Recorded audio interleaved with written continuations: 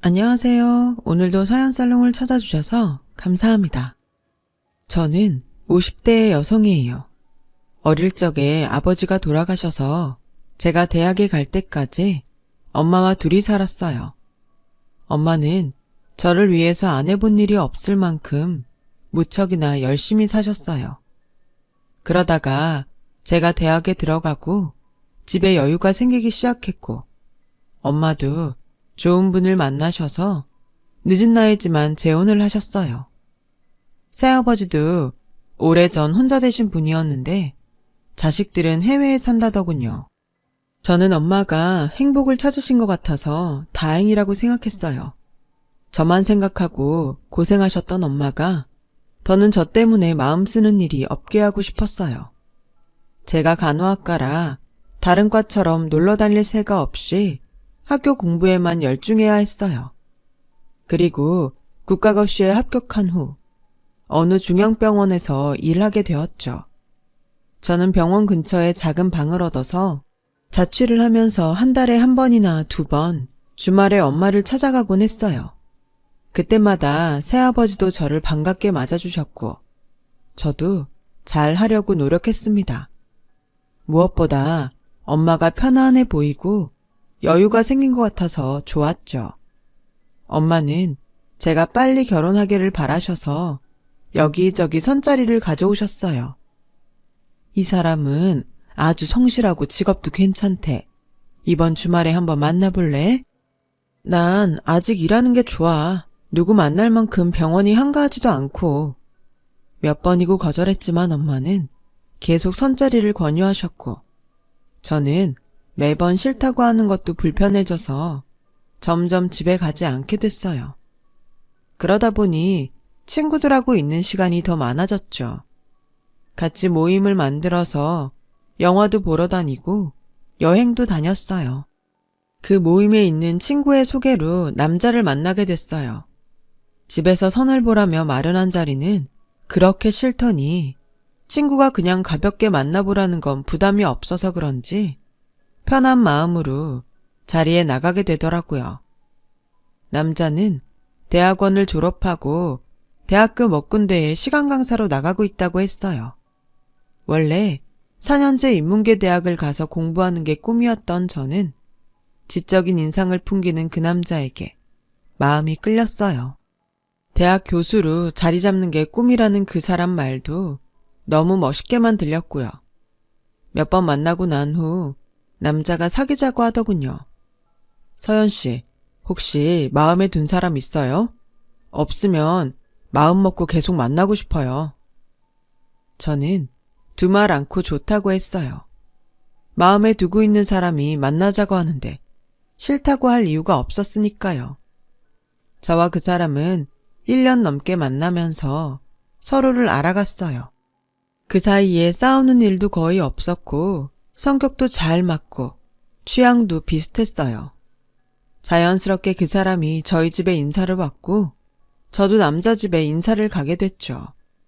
남자 어머니가 편한 느낌은 아니었지만 아직 낯설고 남친 어머니니 그러려니 했어요.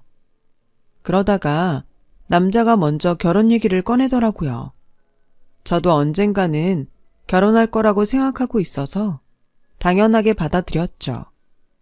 저희가 결혼 준비를 시작하고 얼마 안 돼서 남자 어머니가 저를 부르셨어요. 우리 성훈이 대학 교수로 자리 잡겠다고 하지만 나는 우리 아들이 다른 가능성도 열어두고 있었으면 좋겠어. 그래서 말인데 간호사면 연봉이 그렇게 높은 편은 아니지? 우리 애 얼마나 뒷받침해 줄 수 있는지 궁금해서 그래.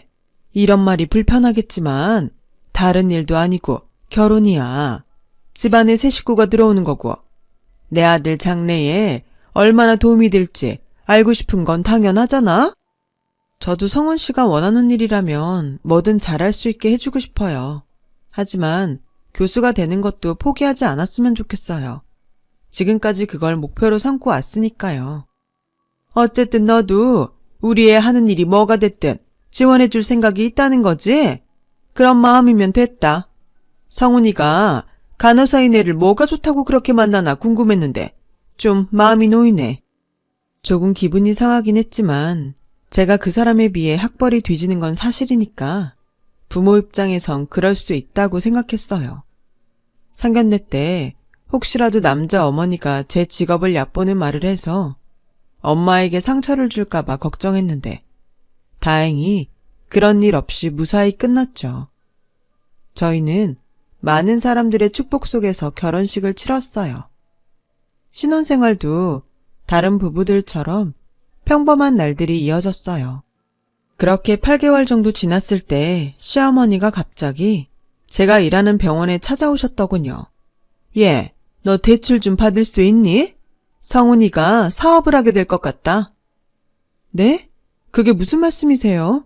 그 사람 저한테는 아무 말 없던데요? 내가 지금 얘기하러 왔잖아. 진짜 괜찮은 사업이 있어서 준비 중이니까 그렇게 알고 너도 자금 좀 마련해 놔라.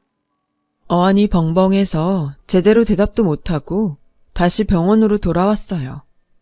환자들을 보면서도 하루 종일 시어머니가 한 말이 머릿속을 떠나지 않았죠. 저는 집에 돌아오자마자 남편에게 사업을 시작하냐고 물었고 남편은 그럴 거라고 태평하게 대답했어요. 그런데 왜 나한텐 얘기 안 했어? 오늘 어머니가 갑자기 병원 오셔서 당신이 사업할 거라고 하는데 얼마나 놀랐는지 알아? 당신이 내가 교수 되는 걸 너무 바라니까 다른 일 할 거라고 선뜻 말을 못 하겠더라고. 그래서 어느 정도 준비를 한 다음에 얘기를 하면 좋을 것 같았지. 내가 먼저 얘기했어야 되는데 미안해. 당신이 교수가 되길 바란 건 당신이 그렇게 말했기 때문이었어. 내가 교수에 욕심을 냈던 것도 맞지만 당신이 하고 싶은 게 있다고 하면 당연히 그걸 하라고 하지 못하게 하겠어? 그러니까 앞으로는 어머니 통해서 듣게 하지 말고 당신이 직접 나한테 얘기해줘. 당신 일인데 남한테 듣는 건 좀 그래. 알았어. 나도 생각이 짧았던 것 같네. 그렇게 할게. 그리고 이해해줘서 고마워. 저는 남편이 무슨 사업을 할 건지 물어봤어요. 그랬더니 건축 관련 일이라고 하더군요. 남편의 전공은 사회과학 쪽이라 너무 동떨어진 일 같아서 걱정이 되더군요. 하지만 남편은 불안해할 필요 없다며 큰 소리를 쳤어요. 나한테도 다 소스가 있어. 그냥 시작하는 거 아니라고. 당신은 돈이나 넉넉히 준비해둬. 처음엔 자금이 좀 들어가니까. 그렇다고 저한테 있는 불안이 완전히 사라진 건 아니었지만 너무 부정적으로 보면 기죽는 게 아닌가 싶어서 입을 다물었죠. 저는 다음 날로 은행에 가서 대출을 신청했고 돈을 받자마자 남편 통장에 바로 넣어줬어요. 남편도 좋아했고 시어머니도 저한테 전화해서 잘했다며 평소 하지 않던 칭찬을 막 하시더라고요. 저는 저하고 남편 사이의 일을 시어머니가 다 알고 있는 것 같아서 썩 기분이 좋지는 않았지만 제가 예민하게 구는 것처럼 보일까봐 그냥 제가 도울 수 있는 게 있으면 최대한 돕겠다고만 했어요. 남편은 점점 집에도 늦게 들어왔고 얼굴을 보기 힘들어졌어요. 사업을 시작해서 바쁜 건 알겠지만 저도 병원에서 일을 하다 보니 전보다 못 보는 날이 더 많아지더군요. 그러면서 남편은 제게 또다시 사업 자금을 요구했고 마지막이라는 심정으로 저는 한 번 더 대출을 받았어요. 남편은 옷차림도 화려해지고 말투도 바뀌고 점점 변해갔어요. 저는 남편이 못 갚는 대출 이자를 갚으려 이직을 해서 일을 하느라 정신이 없었어요. 가끔 남편에게 언제부터 대출금을 줄 수 있는지 물어봐도 아직은 초기 단계라서 들어가는 돈이 많다는 답만 하더라고요. 저는 계속 야간 근무도 서고 남들이 못한다는 일도 맡아서 하느라 건강이 점점 나빠졌죠. 돈 한 푼 집에 갖다 주지 않는 남편 때문에 대출금 갚고 생활비까지 대려니 일을 늘릴 수밖에 없었거든요. 그때까지만 해도 앞으로 나아질 거라는 희망을 갖고 있었죠. 그런데 시어머니가 또 병원 일하는 시간에 와서 돈을 더 달라고 요구하시는 거였어요. 더는 안 돼요, 어머니. 지금 2번 대출한 것도 원금도 아직 못 갚았는데 여기서 어떻게 더 돈을 구해요? 그리고 왜 사업자금 얘기를 그 사람이 아닌 어머님한테 들어야 되는지 모르겠어요. 돈을 대던지 안 대던지 제가 그 사람하고 얘기해서 정했으면 해요. 라고 하자 시어머니의 안색이 확 달라지더군요. 너는 고작 한다는 일이 간호사면서 어떻게 그렇게 네 남편하고 맘먹으려고 드냐? 하는 일이 시원찮으면 돈이라도 따박따박 내줄 능력은 되고서 뭘 따져도 따질 일이지. 정말 우스워서 못 봐주겠네. 라더니 저한테 남편 안 되면 너는 팔자가 편할 것 같냐는 둥 막말을 퍼붓고 가는 거였어요. 저는 처음 듣는 험한 말들에 너무 놀라서 손이 다 벌벌 떨렸어요. 아무리 시간이 지나도 놀란 마음은 진정이 되지 않더라고요. 이대로 있다간 환자한테 실수하겠다 싶어 결국 조퇴를 하고 집으로 돌아와서 누워있다가 잠이 들었어요. 얼마나 지났는지 큰 소리에 잠이 깨어 보니 남편이 잔뜩 화가 나 있더군요. 너는 남편이 밖에서 힘들게 일하고 들어오는데 잠이 오냐? 이건 받쳐줄 배경이 있는 것도 아니야. 그렇다고 돈 필요할 때 착착 내주는 것도 아니야. 대체 뭐 하는 사람이야, 당신? 지금 말 다 했어? 그럼 내가 대출받아서 준 돈은? 당신은 그런 돈 대출받을 능력도 없어서 나한테 손 벌린 거잖아. 네가 내가 하겠다고 하는 일에 힘껏 돕겠다며. 그러면 약속한 대로 잘해야 되는 거 아니야? 뭐야 이게? 한참 돈 필요할 때 사람 힘들게 만들기만 하잖아. 대체 그 사업이 어떤 거야? 나도 좀 알자. 나한테 제대로 설명한 적도 없잖아. 나도 내가 준 돈 어디에 어떻게 쓰였는지 이젠 좀 알아야겠어. 이건 뭘 하는지 보여주지도 않고 어머니하고만 쑥덕거리니 무슨 속인지 알 수가 있어야지.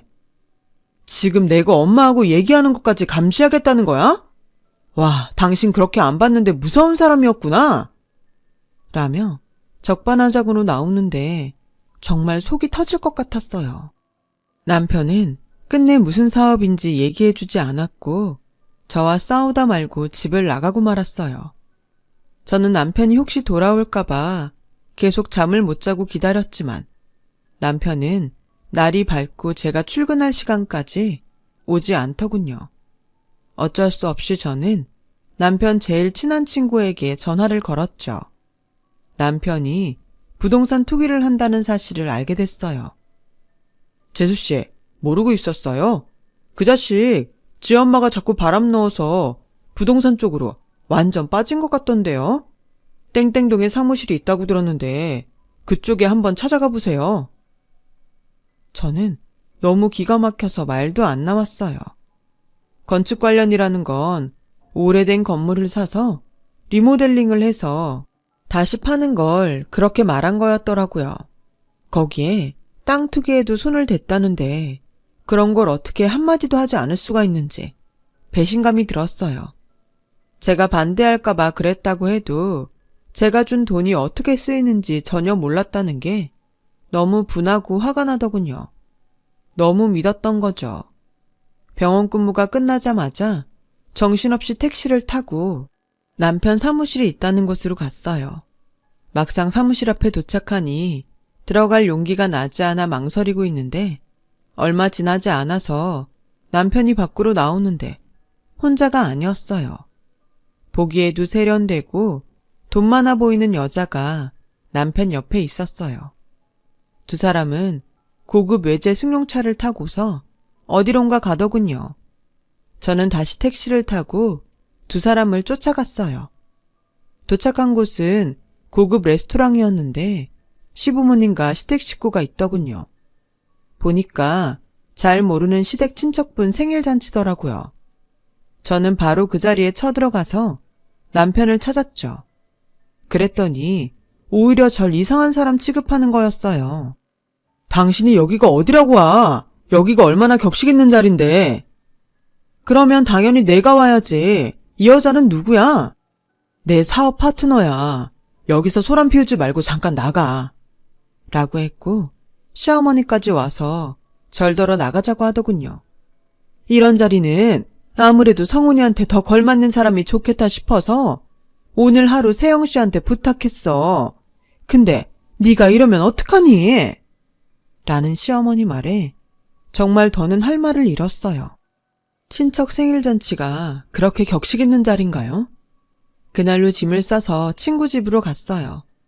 며칠이 지나도 남편은 절 찾지 않고 다 끝났다는 걸 직감했어요. 저도 3년간 아이가 생기지 않을 정도로 지칠 대로 지쳐 있었어요. 결국 친정으로 들어갔고 얼마 후 이혼 서류가 도착했죠. 그런데 이 사람들이 이혼 서류에 도장 찍고 나니 연락을 끊어버린 거예요. 남편이 사업자금으로 받아간 대출금은 고스란히 다 제가 갚아야만 했어요.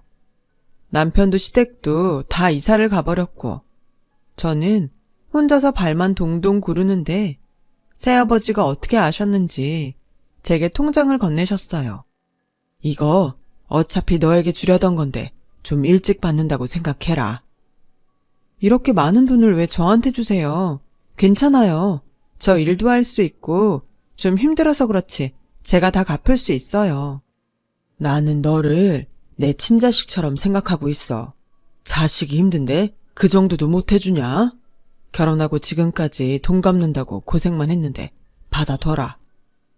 새아버지의 진심 어린 말씀에 눈물이 터지고 말았어요. 몇 번이고 고맙다고 했고 그 돈으로 대출금을 갚았어요. 그러고 나니 일을 무리해서 하지 않아도 되니 확실히 몸이 좀 나아지더라고요. 병원도 다시 중앙병원으로 옮겨서 일도 많이 줄었고요. 한 2년 정도를 그렇게 지냈는데 새아버지가 사업체 한 군데를 인수했다며 저에게 같이 해보면 어떠냐고 하시더군요. 새아버지와 같이 살면서 아버지가 좀 풍족하신가 보다 했는데 투자도 하고 작은 기업체도 몇 개 갖고 계시더라고요. 제가 생각했던 것보다 부자의 능력 있는 분이셨어요. 새로운 회사는 병원에서 쓰는 용품들을 만드는 회사였는데요. 제 간호사 경험을 살려서 더 좋은 제품을 만들고 싶다는 거였어요. 처음에는 많이 망설였지만 제가 경영을 하는 것도 아니고 제 노하우를 살릴 수 있는 일인 것 같아서 하기로 했어요. 또 일을 잘해서 새아버지한테 은혜를 갚고 싶기도 했고요. 처음에는 실수도 있고 힘든 일도 많았지만 현장에서 어떤 용품을 쓸 때 어떤 점이 좋고 불편한지 자세히 검토를 하니 점차 나아졌어요. 익숙해지니 제품의 어떤 부분이 잘못됐는지도 금방 알 수 있었죠. 자신감이 생기니 전보다 더 많은 의견을 낼 수 있게 되더군요. 저는 점점 제품을 만드는 데에 더 많은 관여를 하게 되었어요. 제가 함께한 제품에 대한 만족도가 높자 회사에서도 저와 일하는 걸 더 좋아하더라고요. 무엇보다 새아버지한테 도움이 되는 게 뿌듯했어요. 빚을 갚는다는 기분이 들었거든요. 저도 제가 회사 업무에 능력이 있는 줄 몰랐는데 하면 할수록 그 능력이 개발되는 것 같더라고요. 새아버지는 처음부터 제가 임원을 맡기를 바라셨지만 제가 부족한 걸 알았기에 평사원부터 시작해서 차곡차곡 올라갔죠. 처음에는 저에게 편견을 갖고 대하는 사원들도 있었지만 열심히 뛰고 배우며 일을 하나씩 처리해 나가는 걸 보고는 점점 저를 인정해 주더라고요. 그렇게 저는 대리에서 팀장이 되고 차장이 됐고 몇 년이 더 지난 후에는 사장님 바로 밑에 상무까지 올라갔어요. 그때는 제 능력을 의심하는 사원이 한 명도 없을 만큼 열심히 했습니다. 모든 일을 완벽하게 처리하려고 최선을 다했어요. 그 사이 저희 회사는 의료용품 분야에서 탄탄한 입지를 다졌어요. 새아버지는 제가 많은 기여를 했다며 칭찬하시고 앞으로도 잘 부탁한다고 하셨어요. 그즈음 회사가 새로운 사옥 부지로 구입한 건물이 있었거든요. 좀 복잡한 일이 생겼지 뭐예요. 알고 보니 이 건물이 다른 사람들과도 계약이 되어 있더라고요. 당연히 계약을 해야 하는데 문제는 건물주가 연락이 안 되는 거였어요. 중개사가 건물주와 모자지간이라는 게 밝혀진 거예요. 완전히 당했다는 생각에 경찰에 신고를 하고 소송에 대비해서 변호사를 선임했어요. 저희 쪽에서 만반의 준비를 마치고 기다리고 있자 얼마 안 돼서 경찰에서 연락이 왔어요. 경찰서에 간 저는 상대방을 보고 정말 깜짝 놀랐어요. 문제의 건물주와 중개사는 전 남편과 시어머니였어요. 두 사람은 저를 보더니 얼굴에 화색이 돌더라고요. 당신이 그 회사 사람이었어? 그런 줄 알았으면 진작 연락을 할걸. 그럼 일이 이렇게까지 커지지 않았을 텐데. 그러게나 말이다. 예, 이건 무슨 오해가 있어서 생긴 일 같은데 우리가 몇 중 계약을 한 게 아니야. 일단 우리 얘기를 좀 들어줬으면 하는데 이렇게 덜컥 신고부터 하니 우리도 당황스럽다. 남편과 시어머니 말에 너무 울분이 나더라고요. 남편은 무작정 제 팔을 잡고 회사 윗사람들한테 말 좀 잘해줘. 기왕이면 혼자 오지 말고 사장님이나 대표랑 같이 왔으면 좋았잖아. 그럼 당신이 중간에서 오해도 풀고 얼마나 좋아. 오해는 무슨 오해입니까? 이미 변호사 선임해서 다 검토해 봤고요. 계약했다는 사람들도 다 만나서 당신들 사기친 거 확인 끝났어요. 그리고 제가 이 회사 윗선이라면 윗선이에요. 제가 여기 상무라고요. 라며 남편의 손을 뿌리치자 두 사람은 순간에 얼굴이 하얗게 질렸어요. 형사님, 저희 이 사람들 고소 그대로 진행할 겁니다. 절대 봐주지 않을 거니까 무조건 법대로 해주세요. 제가 아니어도 사기당한 분들이 가만 안 두겠지만 이제 곧 저희 쪽 변호사 올 거니까요. 저쪽에도 변호사 얼른 선임하라고 말씀해 주세요. 라고 경찰에게 말하고 나오려고 하자 시어머니가 제 앞을 가로막고 서더라고요. 이러고 가면 어떡하니? 우리가 오해라고 했잖아. 서로 풀 게 있으면 차근차근 대화로 풀어야지. 이러면 안 되지. 그리고 고소라니, 변호사라니, 어떻게 그런 말을 아무렇지도 않게 하니? 그래도 네가 명색이 우리 집안 며느리로 몇 년이나 있었는데 이러면 안 되지. 정이라는 게 있는데. 제가 언제 그 집 며느리였어요. 등에 빨대 꼽혀서 피까지 쪽쪽 빨아먹힌 호구였죠. 당신은 무슨 그런 섭섭한 말을 해. 호구라니. 우리가 언제 당신을 그렇게 대했다고 그래? 누가 들으면 진짜 나를 쓰레기라고 생각하겠다. 쓰레기 맞잖아. 처음에는 교수 되겠다더니 갑자기 사업한다며 지 마누라한테 대출받게 만들고 계속 돈 끌어쓰다가 더 이상 나을 거 없으니까 그냥 버렸지. 그 정도면 내가 호구 맞지 않나? 이혼하고 나서 대출금 안 주려고 번호 다 바꾸고 이사하고 잠수 탔었고 나는 이렇게 다시 보게 된 거 그때 일들 다 돌려받으라는 하늘의 계시로 알고 몽땅 다 고소할 테니까 그런 줄 알아. 라고 하자 경찰도 기가 막히다는 표정을 짓더라고요. 경찰서 안에 있던 사람들이 모두 전 남편과 시어머니를 흘끈거리며 봤어요. 그제서야 시어머니는 창피했는지 팔로 얼굴을 가렸고 남편은 뭐가 잘못됐는지도 모르고 방방 뛰더라고요. 뭘 몽땅 소송한다는 거야? 당신도 잘한 거 하나 없어. 그때 당신이 어땠는지 생각해봐. 초라하고 볼품없고 그런 사람이 잘 사는 친척 모임에 가면 내 이미지가 어떻게 될 것 같아? 그때 그 사람은 나한테 투자도 했었는데 어떻게든 잘 보여야지. 사업하는 사람 아내가 그런 것도 이해 못했으니 우리가 헤어진 건데 왜 이제 와서 다 내가 잘못한 것처럼 말해? 라는데 정말 기가 막혔어요.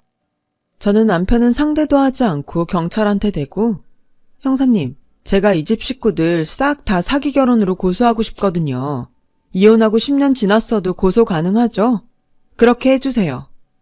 라고 하자 시어머니가 전 남편을 뜯어 말리며 지금 그런 말 할 때가 아니야. 왜 이렇게 눈치가 없어? 예, 아가. 지금 성훈이가 한 말은 잊어버려도 돼. 그냥 욱해서 한 말이야. 신경 쓰지 않아도 돼. 엄마 미쳤어? 이런 말을 듣고도 나보고 참으라고?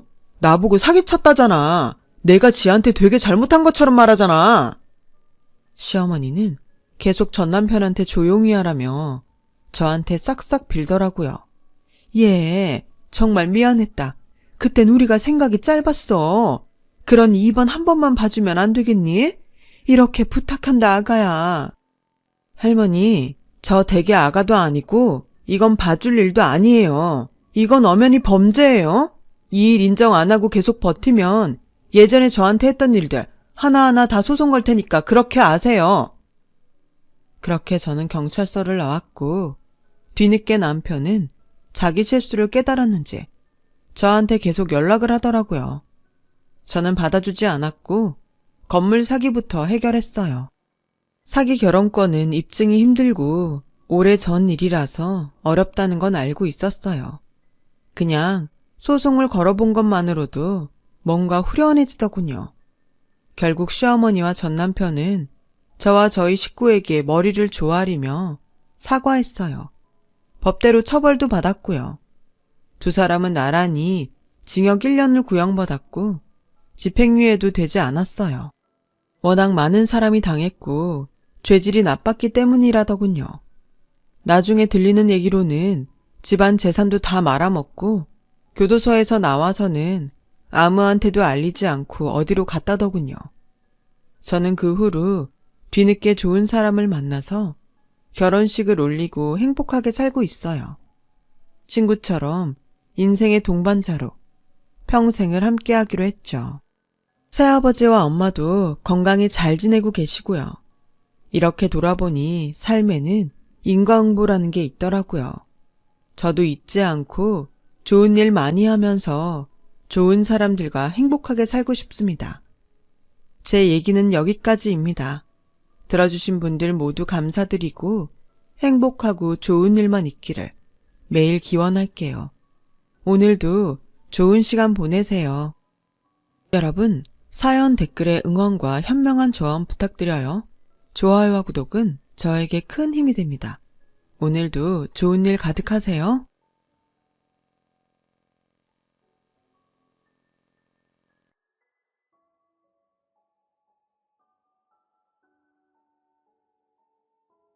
안녕하세요. 오늘도 사연살롱을 찾아주셔서 감사합니다. 저는 40대 후반의 여성이에요. 저희 집은 아버지가 회사에 다니시고 엄마는 가정주부인 그야말로 평범한 환경이었어요. 부모님은 저희의 생각을 존중해 주신 만큼 독립성을 강조하셔서 저와 여동생은 그 영향을 많이 받으며 자랐죠. 그런 집안 분위기 때문에 저는 대학 때부터 경제적 독립에 관심이 많았습니다. 다른 애들보다 일찍 취업 준비를 시작했어요. 그게 결국 도움이 돼서 빨리 취직이 결정되었어요. 학교를 졸업하자마자 회사에 들어갔고요. 원래 뭐든 배우는 걸 무서워하지 않는 성격이어서 시키는 대로 다 하고 겁을 내지 않았죠. 그랬더니 점점 상사들도 저를 알아봐줬고 열심히 한다며 인정해주기 시작했어요. 저는 회사가 재미있어서 친구들이 연애 이야기를 해도 별 흥미를 못 느꼈어요. 그러다가 거래처에서 한 남자를 알게 됐어요. 일 때문에 과장님과 같이 간 자리에서 만난 중소업체 사장이었는데 그 뒤로 제게 개인적으로 자꾸 연락을 하더라고요. 김민정 씨, 저랑 만나보시죠. 제가 감이 되게 정확한데 저랑 아주 잘 맞을 것 같아요. 독립적이고 자기 일 잘하잖아요. 저도 그런 성격이라서요. 저는 아직 누굴 만날 생각이 없어요. 마음은 감사히 받겠습니다. 라고 했지만 그 사람은 끈질기게 연락을 해왔어요. 그 사이 저는 그 사람이 능력 있고 일 잘한다는 얘기를 많이 듣게 됐어요. 제가 본 모습도 그랬고요. 그런 걸 알게 되면서 저도 점점 그 사람한테 흥미가 생겼고 또다시 연락이 왔을 때 말했어요. 저도 장영훈 씨한테 관심이 생겼어요. 그래요. 우리 만나봐요. 사귀고 보니 그 사람은 생각보다 더 남자답고 추진력이 있었고 저는 그런 모습을 보고 더 좋아하게 됐어요. 남자도 갈수록 제가 더 마음에 든다고 했고요. 저희는 2년을 넘게 사귀었고 결혼을 하기로 했죠. 양쪽 집안에 인사를 갔을 때도 분위기가 좋았어요. 그 사람한테는 여동생이 한 명 있었는데 시원시원하게 말도 잘하고 괜찮아 보였어요. 예비 시어머니도 솔직하고 좋은 것 같았고요. 저희 집에서도 남자가 능력 있다며 다들 좋아했어요. 그렇게 상견례도 하고 무사히 결혼까지 하게 됐죠. 막상 결혼을 하고 보니 회사를 다니면서 집안일을 하는 게 생각보다 더 피곤하고 힘든 일이더라고요. 처음이라 익숙하지 않아서 그러려니 하고 참아봤지만 시간이 갈수록 피로만 더 쌓일 뿐 나아지지 않았어요. 저는 남편에게 가사 도우미를 간간히 쓰면 어떨지 상의했어요. 나는 우리 집 일을 남이 한다는 게 영 마음에 안 내켜. 당신이 정 힘들면 회사를 좀 쉬는 건 어때? 나도 돕고 싶긴 한데 사업이란 게 그렇잖아. 시간 내기가 쉽지도 않고 밖에서 워낙 힘드니 집에만 오면 쉬고 싶다고. 당신이 내조를 더 해주는 게 나도 더 좋아. 남편을 이해 못하는 건 아니었지만 내심 섭섭하더라고요. 사업이 아니어도 회사 다니는 제 일도 중요한 건데 저한테 너무 쉽게 회사를 쉬라고 말하는 데에 울컥했지만 속 좁고 이해심 없는 여자가 되기 싫어서 아무 말도 하지 않았어요.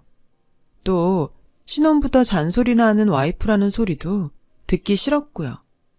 하지만 다른 사람 도움 없이 회사 일도 집안일도 잘 해낸다는 건 저한테는 너무 어려운 일이었어요. 가끔 친정 엄마가 와서 도와주시긴 했지만 시어머니는 가만히 보고만 있는데 친정 엄마만 일을 하는 것 같아 제가 더는 오지 말라고 말렸어요. 결국 고민 끝에 제가 회사를 쉬기로 했어요. 말이 쉬는 거지 그만두는 거였죠. 나중에 다시 취직을 할 수 있을지 없을지 몰라서 불안했지만 그때는 정말 어쩔 수 없는 선택이었어요. 회사를 그만두고 집에 있게 되자 시어머니가 그렇게 좋아하더군요. 잘 생각했어. 여자가 나가서 벌면 뭘 얼마나 번다고 고생을 사서 하니? 그리고 우리 영훈이 돈 잘 버는데 네가 일 다닌다니까 내가 친구들한테 말하기 괜히 창피하더라. 아들 벌이가 시원찮아서 며느리가 나가서 버는 것처럼 생각하는 것 같았거든. 어쨌든 잘 됐다. 앞으로 영훈이 내조에나 바짝 신경 써라. 어머니, 일하는 게 돈이 없어서만은 아니잖아요. 저한테는 제 일이 보람이고 기쁨이었어요. 지금이야 여건이 안 되니까 못 다니지만 나중에라도 기회가 되면 저는 꼭 다시 제 일을 갖고 싶어요. 집안일이 네 일이지? 무슨 바깥일까지 하겠다고 그래. 네가 욕심이 많은 건 알겠는데 사장 부인이면 부인답게 채통이란 것도 지킬 줄 알아야지. 라는데 저와 가치관이 너무 다른 게 느껴져서 답답하기만 했어요. 그 뒤로 시어머니는 저를 보는 눈빛이 좀 싸늘했고 시누이까지 저한테 좀 쌀쌀맞아진 게 느껴졌어요. 그저 기분 탓이려니 하고 넘어갔지만 찝찝하긴 했죠. 그런데 집에서 살림만 하면서 보니 그동안 남편이 생활비를 넉넉하게 주지 않았더라고요. 회사를 다닐 때는 제 돈으로 쓰던 게 많아서 잘 몰랐던 거였어요. 남편은 생활비 적게 주는 걸 대수롭지 않게 생각했어요. 살림하는데 돈이 그렇게나 들어가? 당신이 돈을 헤프게 쓰는 거 아니야? 우리 집 생활이 그 정도 수준은 아닌데? 무슨 소리야. 당신 취향 맞추는 것만도 얼마나 까다로운데. 당신이 좋아하는 음식 그냥 시장 나가면 살 수 있는 줄 알아? 그동안은 내가 벌었으니까 괜찮았지만 이젠 당신이 더 줘야 돼. 남편은 떨떠름한 표정으로 알았다고 했지만 썩 내켜하는 것 같지 않았어요. 저는 우리 집 먹고 사는 건데 왜 저렇게 구두쇠처럼 구는지 이해가 안 됐죠. 그런데 더 화가 나는 건 남편이 시댁 식구들한테 퍼주는 돈이었어요. 신우가 용돈 좀 달라고 하면 바로 계좌로 입금하고 가방 사달라고 하면 사주고 구두 사달라고 하면 사주고 그러는 게 아주 생활이더라고요. 게다가 신우도 그렇고 시어머니도 그렇고 뭐 하나를 걸쳐도 평범한 걸 하는 법 없이 죄다 명품만 찾아댔어요. 한두 푼도 아닌 걸 해달라는 대로 다 해주면서 생활비는 아까워한다는 게 정말 화가 났어요. 당신 이제 결혼했어. 나하고 식구라고. 전에는 어떨지 몰라도 생활비로 쓸 돈은 아깝다고 하면서 아가씨는 어머니한테 전처럼 계속 용돈 주고 명품 사주는 건 너무 이상해. 아예 드리지 말라는 거 아니야. 자식이나 오빠로서 할 도리는 해야지. 근데 이제는 나하고 상의를 해야지. 당신 마음대로 하면 어떡해. 이 돈 네가 벌었어? 다 내가 뼈 빠지게 일해서 번 돈이야. 내 돈 내가 쓰는데 그걸 왜 당신하고 의논해? 말이 된다고 생각해? 당신은 내가 당신한테 짜게 군다고 생각하나 본데 우리 결혼 전에 돈 다 누가 썼는데? 내가 썼잖아. 그만큼 받았으면 됐지. 왜 우리 가족 쓰는 것까지 뭐라 그래?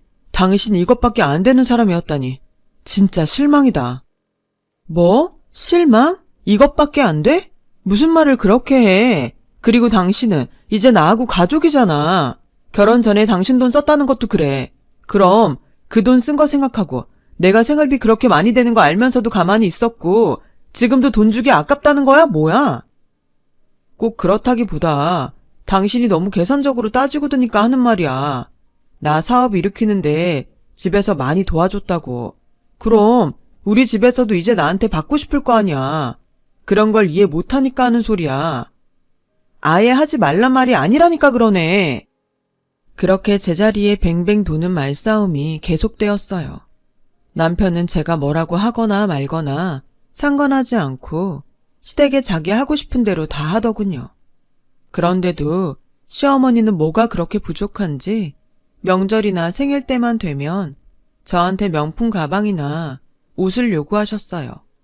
그것뿐 아니라 살림에도 간섭을 했죠. 우리 영훈이 힘들게 버는 돈이다. 허투루 쓸 생각하지 마. 요새 젊은 애들은 편한 거 좋아해서 죄다 돈 주고 사 먹는데 너는 그러지 마라.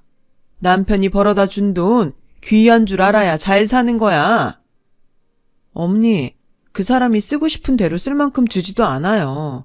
어머님이랑 아가씨한테 잘하니까 제가 넘치게 쓰고 사는 줄 아시나 본데 전혀 안 그렇다고요. 그러니까 그런 걱정은 안 하셔도 돼요. 너 말에 어째 가시가 있는 것 같다? 우리한테 하는 게 고가운 거냐? 아니면 네가 원하는 만큼 안 준다고 삐진 거야? 그렇게 돈이 모자라면 네가 다시 나가서 벌지 그러니? 하긴 요새 누가 집안일 하던 사람 받아준다니? 라며 빈정거리는데 정말 화가 머리 끝까지 치솟았어요. 제가 왜 회사를 그만뒀는데요. 집에서만 있기를 바라면 그렇게 할 수 있는 환경이 돼야죠. 저도 나가서 다시 벌 수만 있으면 당장 그렇게 하고 싶네요. 얘가 아주 눈에 뵈는 게 없나 보네? 시어머니한테 무슨 말버릇이야? 나 참 기가 막혀서? 라고 했고 남편도 그 말을 듣고 저한테 뭐라고 하더군요. 남편보다 더 기가 막힌 건 시누이였어요. 새언니는 인간이 덜 됐나 봐요. 시댁이 어떻게 그렇게 해요? 감히 시어머니한테 말대답이라니? 지금 시대가 좋아져서 그렇지 폐륜이라고 쫓겨나도 할 말 없는 거예요. 아가씨도 여자고 결혼할 건데 말을 그렇게 함부로 하는 거 아니죠. 어떤 시댁을 만날 줄 알고 그래요? 어머, 지금 나 결혼 잘못하라고 아주 대놓고 저주하네? 진짜 웃긴다. 내가 사람을 완전 잘못 봤네. 그렇게 저와 시댁 간의 갈등은 깊어졌고 남편은 대놓고 시댁 편만 들었지 제 입장에서는 하나도 생각해주지 않았어요. 남의 편이라서 남편이라더니 정말 그렇다는 생각이 들 정도였죠. 솔직히 결혼 전에 만났던 사람이 맞는지 의심스럽기까지 했어요. 그런 상태로 지내다가 결혼하고 제 첫 생일이 됐어요. 신우가 생일 축하한다며 케이크와 꽃을 보냈더군요. 그래도 생일이라고 챙겨주는구나 싶어서 고맙다고 인사를 하고 용돈을 좀 붙였어요. 사이가 소원해졌던 게 미안한 생각이 들었거든요. 그런데 저녁에 남편이 와서 신우가 보낸 선물을 보더니 전화를 하더라고요. 지은아, 수고했다.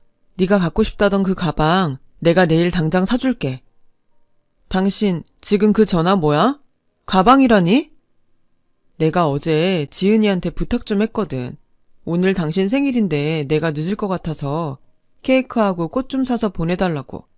그랬더니 자기가 하면 가방 사달라고 하더라고. 나는 이 케이크하고 꽃으로 끝이라고? 나도 명품 가방 선물로 사줘.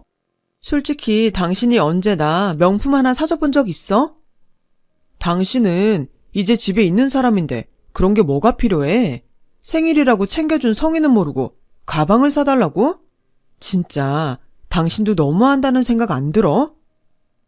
저와 남편은 또다시 싸우고 말았어요. 기분 좋아야 할 생일을 망쳐버렸는데 남편은 친구랑 만나서 술이나 한잔한다고 아예 나가버리더라고요. 혼자 집에 남은 저는 서러워서 얼마나 울었는지 몰라요. 그리고 얼마 후에 친정 엄마가 수술을 받게 됐어요. 평소 좋지 않았던 허리 디스크가 너무 악화돼서 디스크 조각을 제거해야 된다고 하더라고요.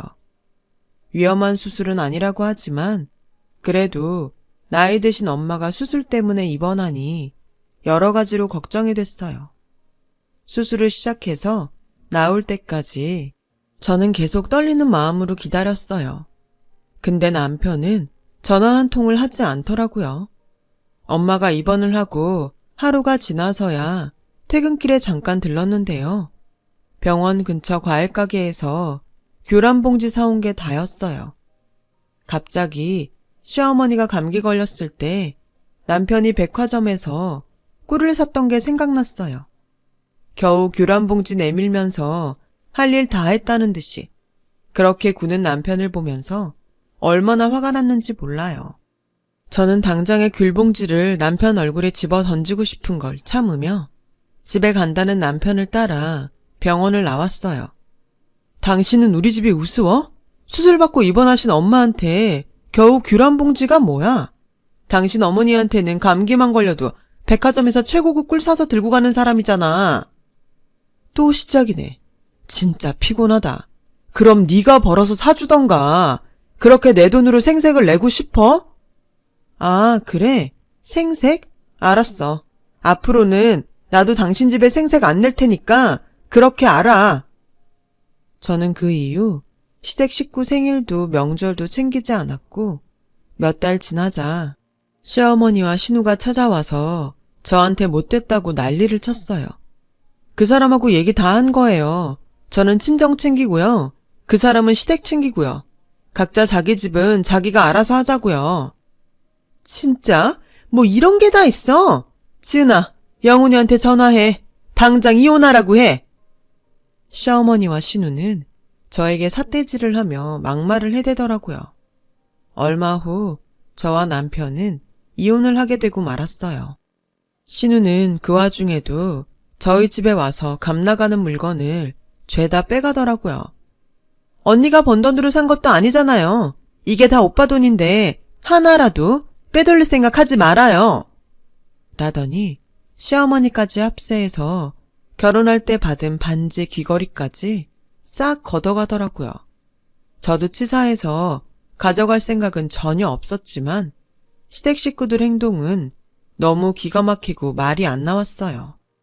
이혼을 하고 저는 일자리를 찾아 나섰어요. 하지만 취직은 생각보다 쉽지 않았어요. 저는 결국 자존심을 접고 작은 회계 사무실에 격리로 들어가서 일을 했어요. 온갖 잡무에 시달렸지만 그래도 다른 일자리를 알아볼 엄두가 나지 않아 묵묵히 참으며 열심히 했죠. 그러다가 어느 날 전에 일했던 회사 선배를 만나게 됐어요. 선배는 퇴사하고 화장품 회사를 세운다며 저에게 같이 하자고 했어요. 민정씨 일 잘하는 거야. 내가 잘 알지. 나 좀 도와주면 진짜 고마울 것 같아. 저야말로 이렇게 일하자고 말씀해 주셔서 너무 감사하죠. 열심히 해서 선배한테 보탬이 되도록 할게요. 저는 선배 회사에 들어가서 정말 열심히 일했어요. 힘들고 고단했던 결혼 생활을 잊으려고 일에 더 몰두했던 것 같아요. 다행히 노력한 만큼 성과가 나와주었고 시장에서 조금씩 자리를 잡기 시작했어요. 매출이 늘어나고 직원도 더 뽑게 되니 마음이 뿌듯하더라고요. 제가 추진한 마케팅이 효과를 톡톡히 봐서 인터넷 카페에서 저희 회사 제품이 입소문이 났습니다. 점점 더 저희 물건을 알아봐주는 사람들이 늘어났어요. 어느 정도 인지도가 생기고 나서 저희 회사는 여성 의류도 만들기 시작했어요. 뜻밖의 저희 옷이 해외에서 먼저 인기를 끌기 시작했죠. 그걸 계기로 국내에서도 매출이 점점 늘어났고요. 그렇게 되기까지 10여 년의 세월이 걸렸네요. 정말 일만 죽어라 열심히 했던 시간이었지만 그 시간이 전혀 아깝지 않았어요. 선배는 저한테 이사직을 제안했어요. 우리 회사도 사내 이사가 더 필요하게 된 시점인 것 같아. 그동안 제일 애쓴 김 팀장이 맡아주면 좋겠어. 말씀은 감사한데 제가 이사를 하기에는 나이가 좀 어리지 않을까요? 팀장이라는 제 직함도 감지덕지라고 생각하고 있었거든요. 무슨 소리야. 우리 회사에 초창기부터 들어와서 고생 다 했는데. 김 팀장, 아니 민정씨, 충분히 자격 있어. 그 무렵 저희 회사는 의류 생산에 필요한 공장을 인수할 준비를 하고 있었어요. 회사 규모가 커지면서 윗선에서 일할 사람이 더 필요하긴 했어요. 저는 선배의 제안을 받아들였고 전보다 더 열심히 일했죠. 그러는 중에 인수할 부품 공장 리스트가 추려져서 4개로 압축이 됐어요. 저와 선배는 각자 공장을 가보고 어떤 상태인지 보기로 했죠.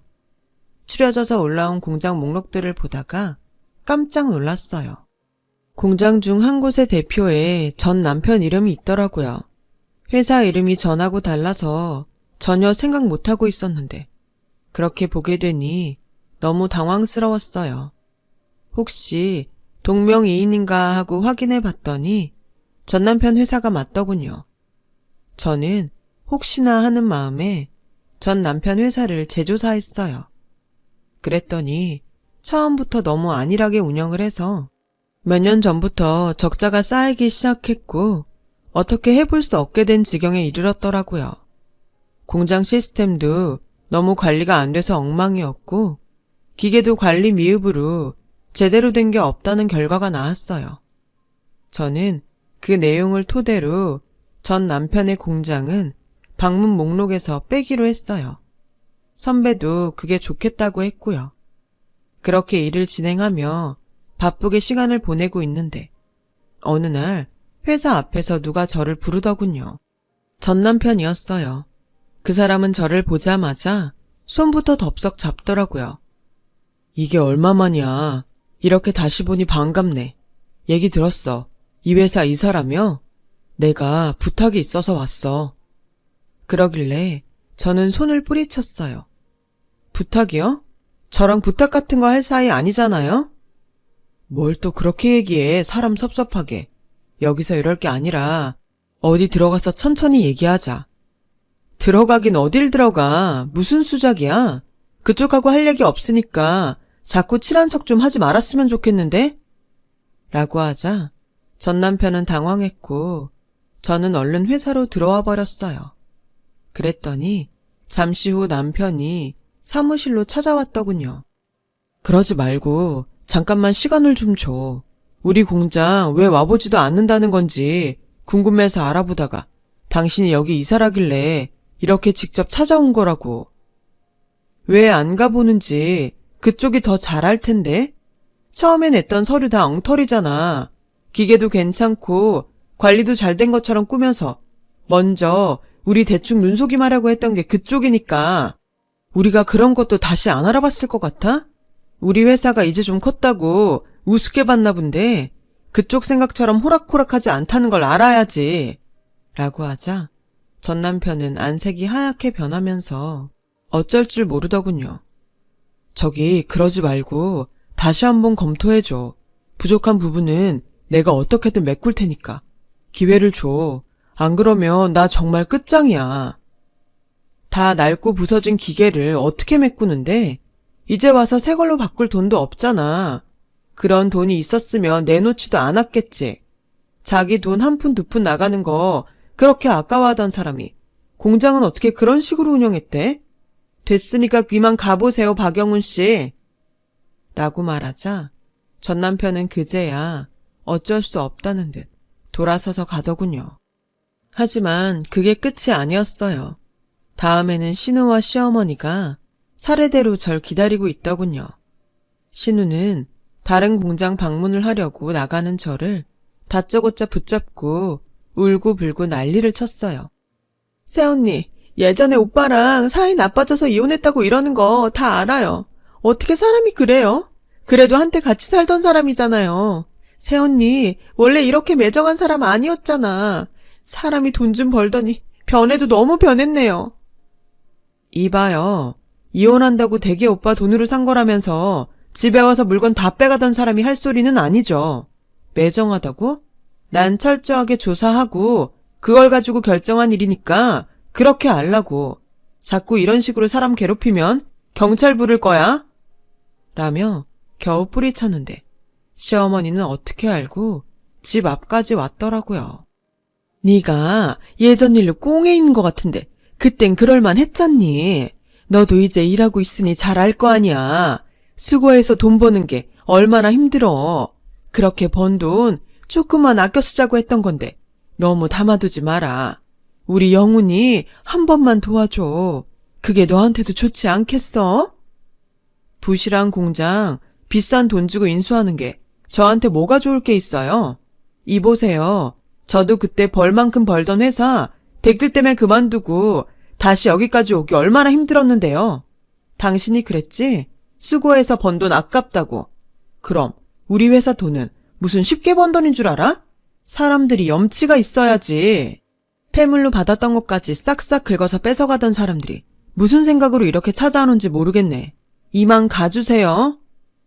알고 보니 전 남편은 동생이 결혼한 남자와 동업을 하게 됐더라고요.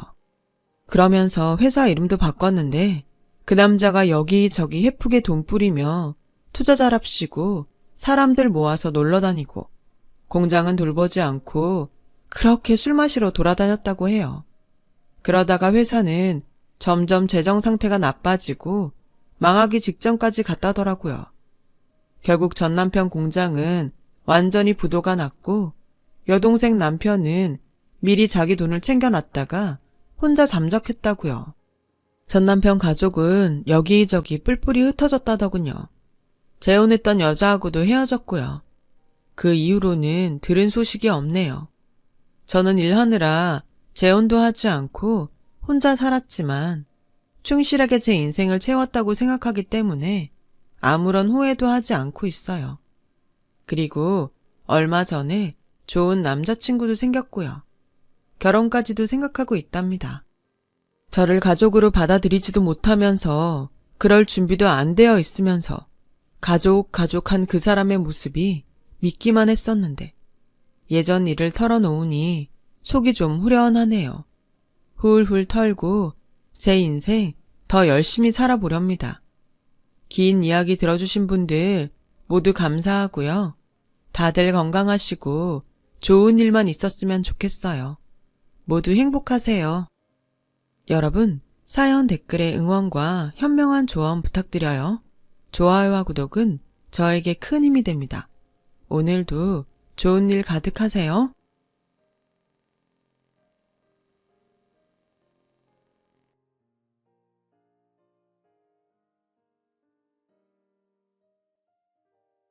안녕하세요. 오늘도 사연 살롱을 찾아주셔서 감사합니다.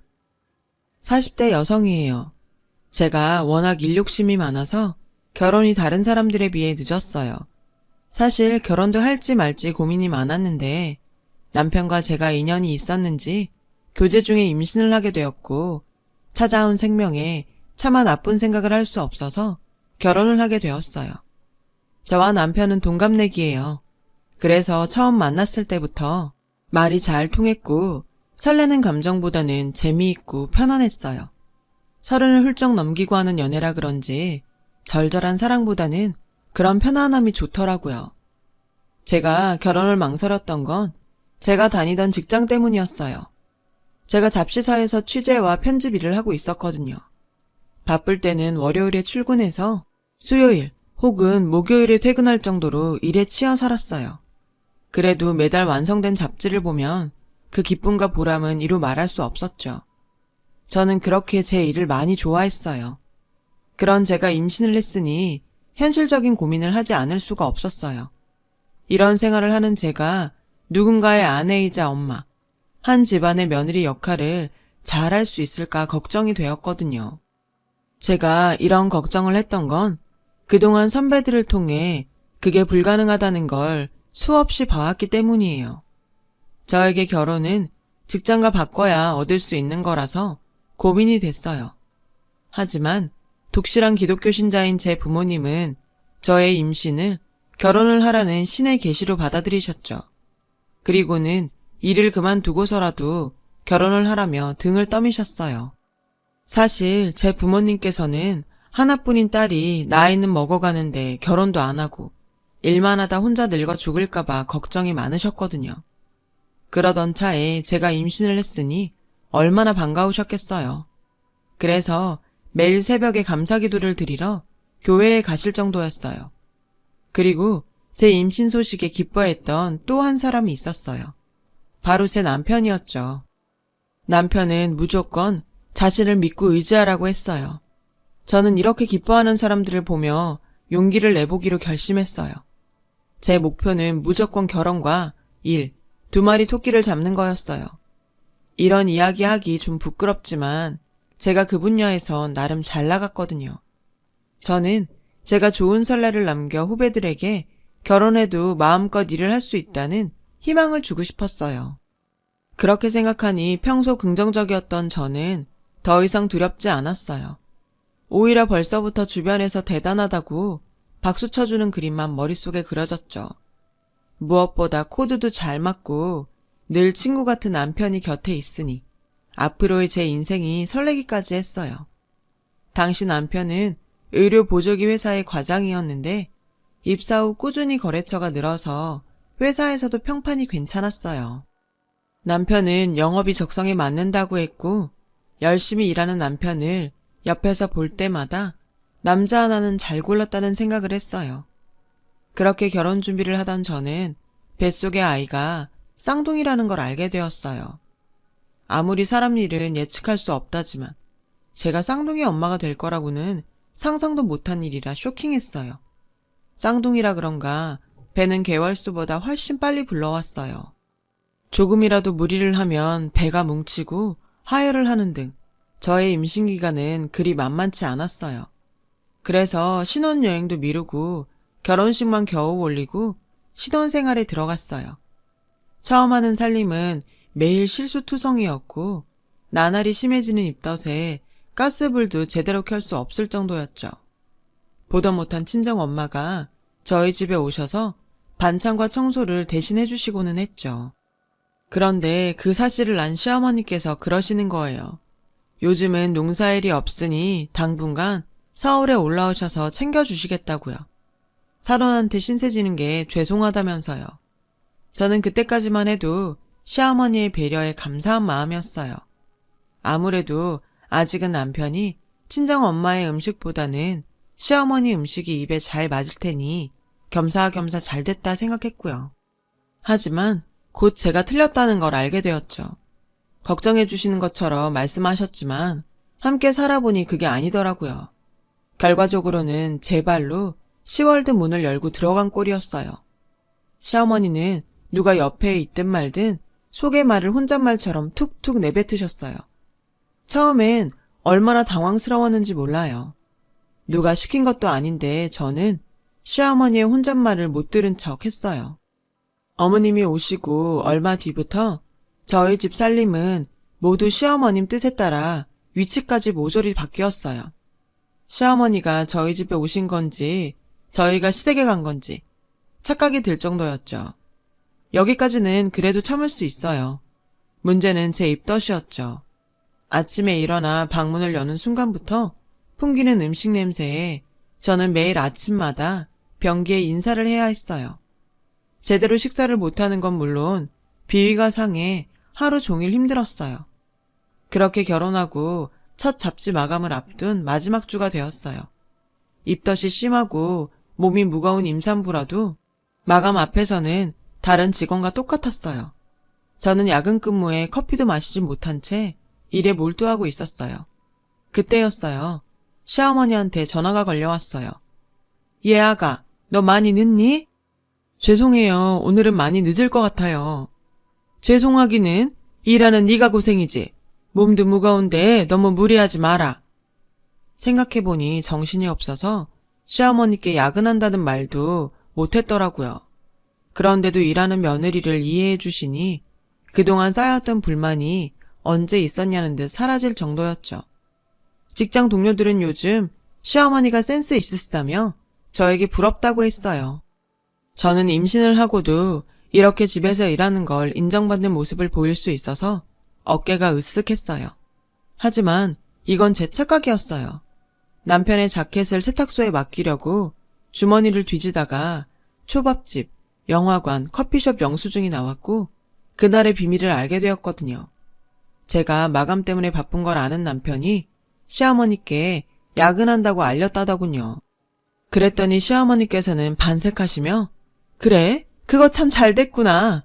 걔 일하는 동안 모처럼 우리끼리 밖에서 밥도 먹고 데이트도 좀 하자. 시어머님이 잔뜩 신나 그러시길래 남편은 시어머니를 모시고 나가 모처럼 모자지간에 시간을 보냈다고 하더군요. 그럴 수 있죠. 어차피 저는 야근 때문에 바빴고 모자가 오랜만에 밖에 나가 시간을 보내는 게 나쁜 건 아니니까요. 하지만 생각하면 할수록 시어머니의 태도가 마음에 걸렸어요. 아들과 데이트할 생각으로 제가 정말 많이 늦는지 확인하셨던 거잖아요.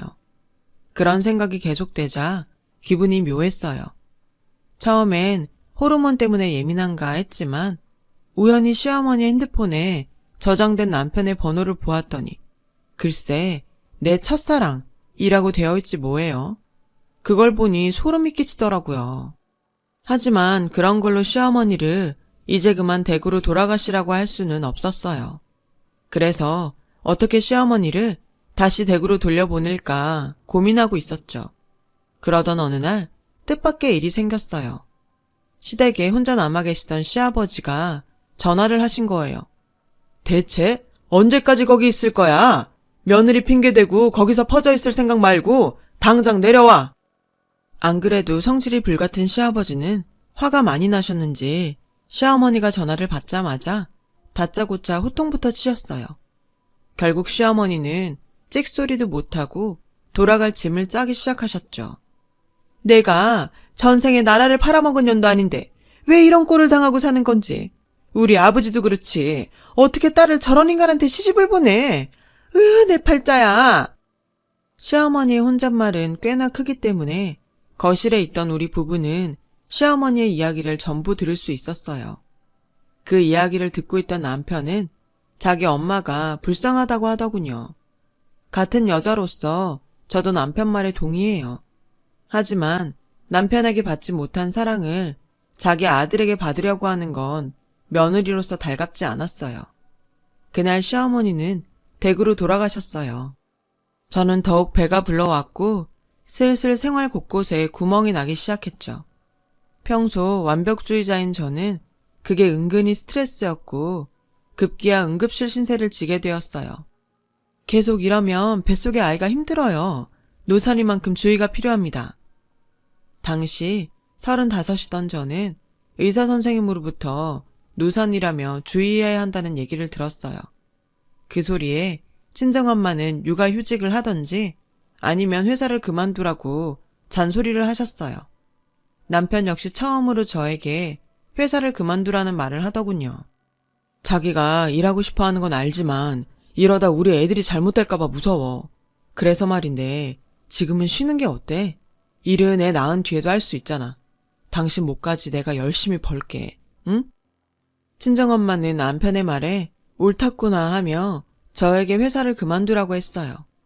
호기롭게 2마리 토끼를 모두 잡겠다고 나섰던 저는 현실의 벽에 부딪혀 결국 하나를 손에서 놓고 말았어요.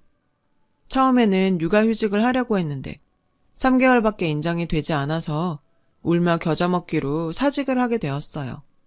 주변에서는 이참에 마음 편히 쉬라고 했지만 어림없는 소리였죠. 저는 쌍둥이 출산을 무사히 마친 뒤 돌까지만 육아를 하고 이후엔 다시 복직을 하자고 각오를 다졌어요. 하지만 쌍둥이 육아는 생각처럼 쉽지 않더라고요. 엄마는 하나인데 애는 둘이니 아주 미칠 것 같더라고요. 모유 수유는 꿈도 못 꿨어요. 제때 밥을 먹지 못해서인지 모유가 빨리 말라버렸거든요. 몸무게도 무려 10kg나 빠졌고요. 쌍둥이 육아로 인해 따로 운동할 필요가 없더라고요. 대신 빠진 살만큼 체력도 떨어졌고 제 삶의 질도 떨어졌어요. 가끔 너무 죽을 것 같을 땐 친정엄마가 와서 아이를 봐주셨어요.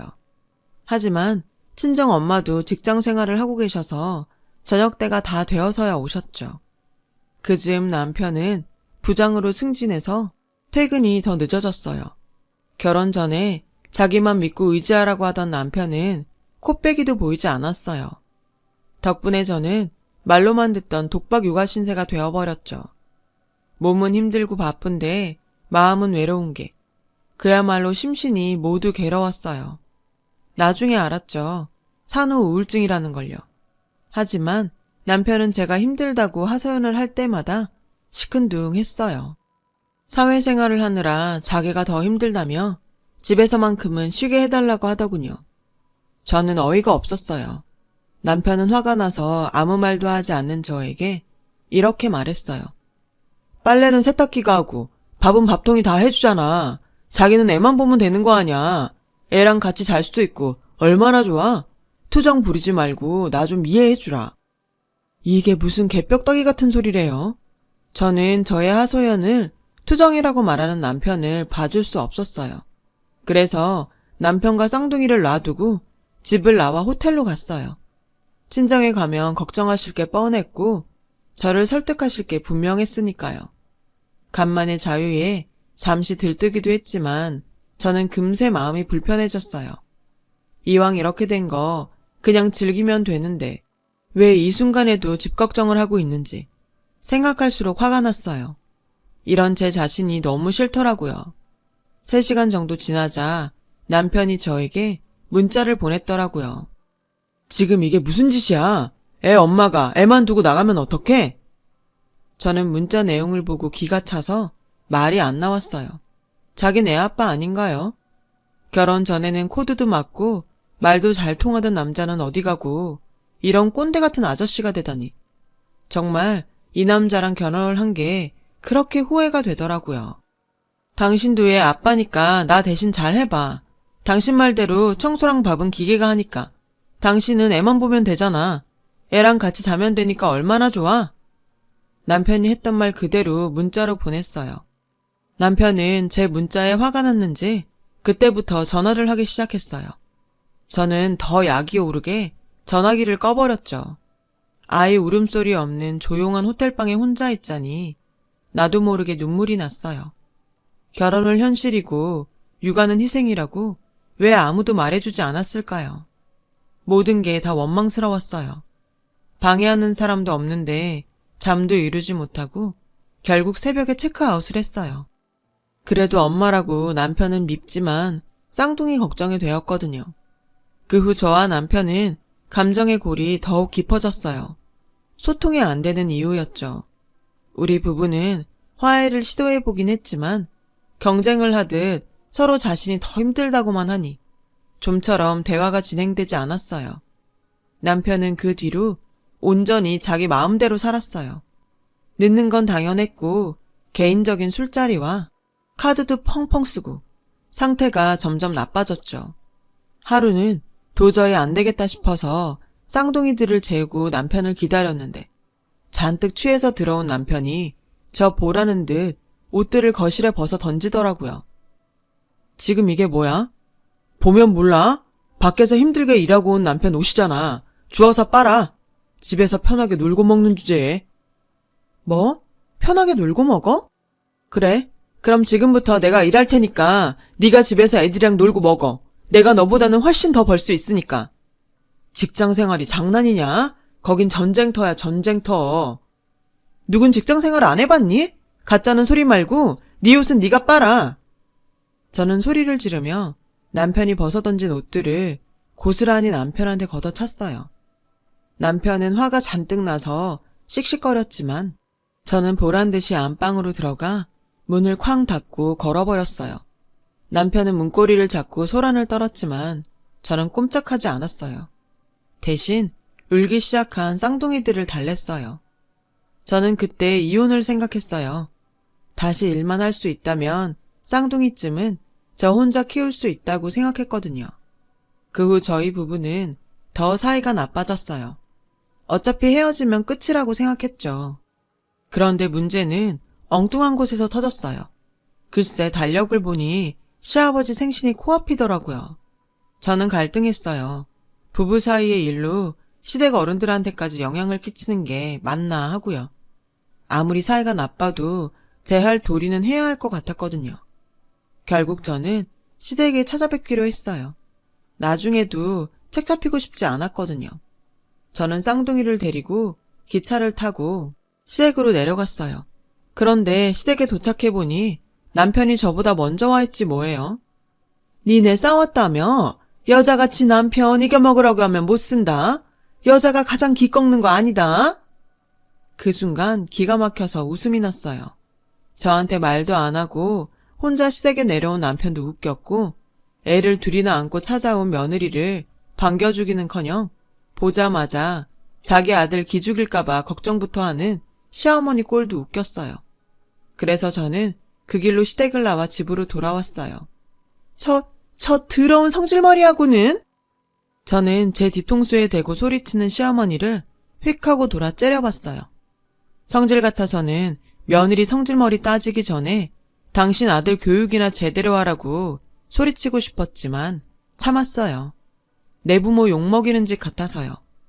시댁에서 돌아온 뒤 저희 부부는 자연스럽게 별거에 들어갔어요. 합의한 건 아니었고 언제부턴가 남편이 집에 들어오지 않더라고요. 처음엔 어디서 지내는지 살짝 신경이 쓰이긴 했지만 제가 먼저 물어볼 수는 없었어요. 그렇게 한 달이 지난 어느 날 저는 현금이 떨어져 돈을 찾으려고 체크카드를 ATM 기계에 넣었는데 글쎄 통장에 잔고가 하나도 없다고 나오지 않겠어요? 설마 하며 조회를 해보니 남편이 지 통장에 있던 돈을 몽땅 다른 통장으로 이체했더라고요. 어찌나 화가 나던지. 아직 돌도 안 된 애들도 있는데 어쩜 이럴 수 있어요? 저는 당장 이혼을 하자고 남편에게 전화를 걸었고 하는 수 없이 친정에서 생활비를 빌렸어요. 호랑말코 같은 놈. 너는 여태 말도 안 하고 참고 살았던 거야? 제 얘기에 친정엄마는 우시더라고요. 그 모습을 보는데 속에서 천불이 났어요. 그 후로 저는 이를 악물고 돈을 벌 궁리를 했어요. 복직을 할까, 사업을 시작할까, 별의별 생각을 다 했죠. 제가 아는 지인들에게 전화를 돌렸고 선배의 도움으로 스타트업 회사에 취직을 하게 되었어요. 감사하게도 제 상황에 맞춰 회의가 있는 주 1회만 출근을 하도록 해주었어요. 그간의 경력을 살려 집에서 블로그와 SNS를 통해 제품 홍보를 하게 되었어요. 전에 잡지사에서 제품 홍보에 따른 마케팅 경험도 있어서 일은 그리 어렵지 않았어요. 반응도 처음치고는 좋았고 저는 차츰 일하던 감도 찾아서 집에서 육아를 하면서도 제 몫을 톡톡히 해냈어요. 비록 피곤하고 힘든 날의 반복이었지만 성취감 덕에 그런 건 아무 상관없었어요. 정신없이 지내다 보니 남편이 집에 오지 않은 지도 3개월이 넘었더라고요. 저는 이쯤 되면 정식으로 이혼을 하고 깨끗하게 헤어져야겠다고 생각했어요. 그런데 그때 마침 남편이 돌아왔어요. 완전 거짓골이 돼서는 술이 떡이 되어 왔더라고요. 저는 왜 기어들어왔냐고 소리쳤어요. 하지만 남편은 날이 선 제 말에도 아무런 대꾸도 하지 않았죠. 오히려 시무룩한 표정이었어요. 하지만 측은하다거나 불쌍하다는 마음은 없었어요. 저는 이때다 싶어 인터넷으로 다운받아 놓은 이혼 서류를 남편에게 내밀었죠. 더 싸우는 것도 싫고 그만 헤어지자. 생활비도 이미 당신이 다 빼돌렸으니 이 집 전세 보증금은 쌍둥이 양육비로 내가 챙길게. 난 헤어지기 싫어. 뭐? 내가 지금 잘못 들었니? 지금까지 생활비도 한 푼 주지 않고 3개월 동안 집에 오지도 않았으면서 이혼은 싫다고? 그게 지금 말이 된다고 생각해? 내가 내 식구랑 같이 살겠다는데 무슨 이유가 필요해? 엄연히 나 당신 남편이고 애들 아빠야. 그나저나 당신 이게 다 뭐야? 혹시 당신 일 다시 시작했어? 순간 어이가 없었어요. 생활비를 10,000원짜리 한 장 남기지 않고 다 빼가놓고 이제야 나타나선 저한테 일하냐고 묻는 이 남자를 저는 대체 어디까지 봐줘야 하는 거죠? 하지만 곧 이 남자가 왜 꼬랑지를 내리고 거지꼴로 집에 왔는지 알 수 있었어요. 남편은 거래처 계약이 엎어지자 회사에서 불리한 처지에 놓였고 그 후 무리수를 두며 일을 하다가 회사에 엄청난 손실을 안기고는 결국 회사에서 잘렸더라고요. 그 후 어줍잖게 주식에 손을 댔다가 가지고 있던 돈까지 모두 날려버린 거죠. 그 순간 그래도 가족이라고 저랑 쌍둥이 생각이 났다나요? 고작 그 정도 능력 가지고 제 앞에서 돈 좀 번다고 생색을 냈다니 웃기더군요. 그럼에도 남편은 끝내 이혼은 절대 안 된다고 버텼어요. 그래서 고민한 끝에 저는 제가 그동안 느꼈던 수모를 되갚아주기로 했죠. 저는 회사에 앞으로는 주 5일 출근을 하겠다고 말했어요. 그리고 남편에게 살림과 육아를 맡겼죠. 저는 한 달에 생활비로 딱 100만 원만 주고 평소처럼 일에 미쳐 야근과 주말 출근을 밥 먹듯이 했어요. 살림과 육아에 지친 남편은 제가 집에서 쉴 때 종종 힘들다고 하소연을 해댔죠. 당신도 집에서 쉴 때는 집안일 좀 해. 나 혼자 쌍둥이 보는 게 쉬운 줄 알아? 왜 이래? 나도 다 한 거야. 집에서 쉴 때만큼은 편하게 쉬게 놔둬. 당신도 알잖아. 회사는 전쟁터야. 제 말에 남편은 감정이 상했는지 주방에서 혼자 깡소주를 마시더군요. 푹푹 한숨을 쉬면서 말이에요. 그 모습에 그동안 당해왔던 수모를 되갚아준 것 같아 속이 시원했어요. 그런데 얼마 뒤 저희 집에 시어머니가 서울로 올라오셨어요. 남편이 육아가 너무 힘들어서 시댁에 SOS를 쳤더라고요. 시어머니는 서울에 도착하자마자 집으로 안 가시고 제가 다니는 회사로 찾아오셨더라고요. 그리곤 저를 보자마자 노발대발 하셨죠. 아니, 그깟 돈 좀 번다고 유세냐? 다른 여자들은 회사 일도 하면서 집에서 살림하고 애도 다 키운다. 그런데 어디 남편한테 살림을 시켜? 다른 집 남편은 밖에서 돈도 벌어요. 그런데 그이는 집에서 놀잖아요. 놀아? 너 살림이 얼마나 힘든지 몰라? 거기다 니네는 쌍둥이도 키워야 하잖아. 저는 그동안 얼마나 힘들었겠어요. 그리고요, 그이 저러고 사는 거 제가 시킨 거 아니에요. 저는 분명히 이혼하자고 했거든요. 그런데 어머님 아들이 이혼은 안 된다고 그렇게라도 같이 살겠다고 한 거예요. 그러니 저 원망하지 마세요. 다 어머님 아들이 무능한 탓이니까요. 전 미팅이 있어서 그만 들어갈게요. 그리고 다음부터는 회사에 함부로 찾아오지 마세요. 저까지 회사 잘리면 안 되잖아요. 저는 당황해서 입도 제대로 다물지 못하는 시어머니를 남겨두고 먼저 일어났어요. 결국 시어머니는 저희 집으로 가지 않고 시댁으로 돌아가셨어요. 지 엄마 손이라도 빌리려고 했던 남편은 억울하면 취직하라는 엄마의 잔소리를 듣고는 분해서 깡수주를 먹더라고요. 저는 남편에게 생활비 말고 용돈으로 50만 원을 더 주기로 했어요. 쌍둥이들도 어린이집에 보내게 되었고 재취업을 위해 자격증이라도 따라고 남편에게 말했죠. 당신도 자격증이라도 따서 재취업해. 언제까지 이러고 살 수는 없잖아. 학원비는 내가 대줄 테니까. 고마워. 내가 전에 자기 집에서 논다고 막말했던 거 정말 잘못했어. 미안해. 저희 부부는 결혼 전 그랬던 것처럼 친구처럼 지내게 되었어요. 집안 분위기가 좋아져서 그런지 쌍둥이들도 전보다 밥도 잘 먹고 성격도 더 밝아졌어요. 저도 남편도 살림과 육아가 손에 익어서 서로 자연스럽게 돕게 되었고요.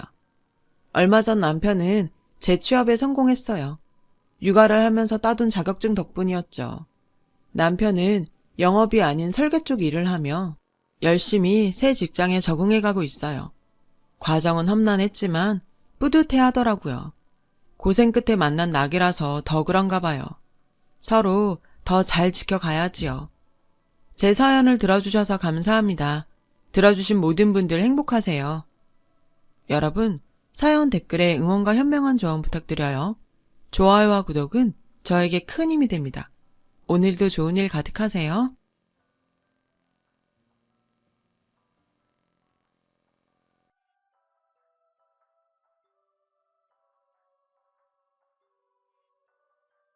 안녕하세요. 오늘도 사연 살롱을 찾아주셔서 감사합니다.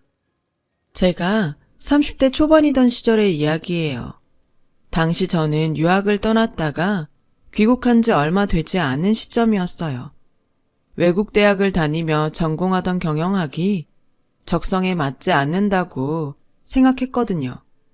졸업을 하지 못한 채로 휴학하고 돌아온 중도 귀국이었으니 굳이 따지자면 고졸인 셈이었고, 또 굳이 따지자면 30도 넘은 나이에 진로 고민을 시작해버린 셈이었죠. 그래서였을까요? 저는 부잣집 딸내미가 잘난 부모 믿고 철없게 군다는 이야기를 종종 듣고는 했어요. 딸은 유학을 중도 포기하고 미래를 고민하고 있는 입장인데, 친정 부모님은 건실한 건설업의 창업주의자, 경영자였으니까요. 하지만 친정 부모님에게 미래를 의지할 생각은 결코 없었어요. 다만 제가 살고 싶은 삶을, 미래를 탐색하고 설계하는 과정에 놓여 있었을 뿐이었죠. 그러던 어느 날 덜컥 사랑이 찾아오더군요. 의약품 영업직으로 일하는 남자. 맑고 선하고 무척이나 성실한 모습이 저희 눈에 확 띄었죠. 서로 한눈에 알아본 저희는 자연스럽게 연애를 시작하게 되었고, 오래지 않아 프로포즈를 받은 저는 결혼을 결심하게 되었어요. 가족은 엄마랑 나랑 형이랑 의사인 형수, 이렇게 딱 넷이야. 의사 형수 자랑은 많이 해서 알고 있거든요. 근데 갑자기 웬 자기소개? 아, 뭔데, 응? 우리 가족이 5이 되면 어떨 것 같아? 형수 임신했대? 그럼 삼촌 되는 거네. 자기 축하해. 나 지금 우리 얘기하고 있는 거야. 자기랑 내 얘기하고 있는 거라고. 혹시 이거 프로포즈? 미안. 내가 이벤트나 뭐 그런 쪽에는 영 소질이 없어서. 무슨 이벤트 같은 건 오글거려서 내가 싫고 그냥 약속 하나만 해주면 충분해. 약속? 열심히 성실하고 정직하게. 지금 당신 모습 평생 변하지 않겠다. 그 약속 하나면 된다고. 약속해줄래? 새끼손가락 걸까? 최고지. 화려한 이벤트도 다이아 반지도 없었지만 우리답게 소박했기에 더 설레었던 프로포즈. 너무나 행복했던 순간이었죠.